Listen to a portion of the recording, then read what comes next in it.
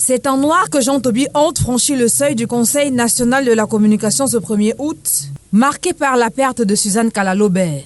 Comme lui, plusieurs membres de cette instance du temps de Pité et Sokar ont le cœur lourd ce matin. Son départ crée un vide. C'est une grande dame qui s'en va. La nouvelle attriste, mais chacun de ceux qui l'ont côtoyée se souviennent de la femme remarquable qu'a été Suzanne au CNC. Suzanne Kalalobé, sous ses dehors rudes, un peu austères, en réalité se cachait une personne d'une extraordinaire sensibilité. Très souvent, nous n'étions pas d'accord, mais ça ne changeait rien à la convivialité. C'était quelqu'un d'extrêmement généreux. Lorsque nous traitions des plaintes déposées au Conseil contre des journalistes, Suzanne voulait d'abord que nous veillions au fait que le journaliste doit être libre de ses propos, à la condition qu'il puisse apporter la preuve des faits qu'il allègue.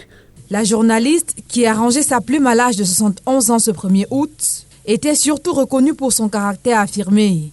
Elle vous disait les choses comme elle les pensait parce que la liberté d'expression chez Suzanne Kalalobé était non négociable. Elle avait une émission qui s'appelait Polemos et qui, je crois, traduisait le mieux sa personnalité parce que c'était une championne de la polémique. J'avais réussi à la convaincre de l'idée de faire un livre pour raconter son parcours que je trouvais tout à fait remarquable.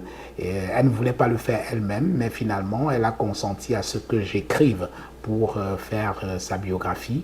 Malheureusement, elle décède sans que nous ayons eu la possibilité de mener à bout ce projet éditorial qui me tenait à cœur. Suzanne s'en va, laissant derrière elle un impact profond en particulier sur les journalistes et la nouvelle génération, pour qui elle reste une référence.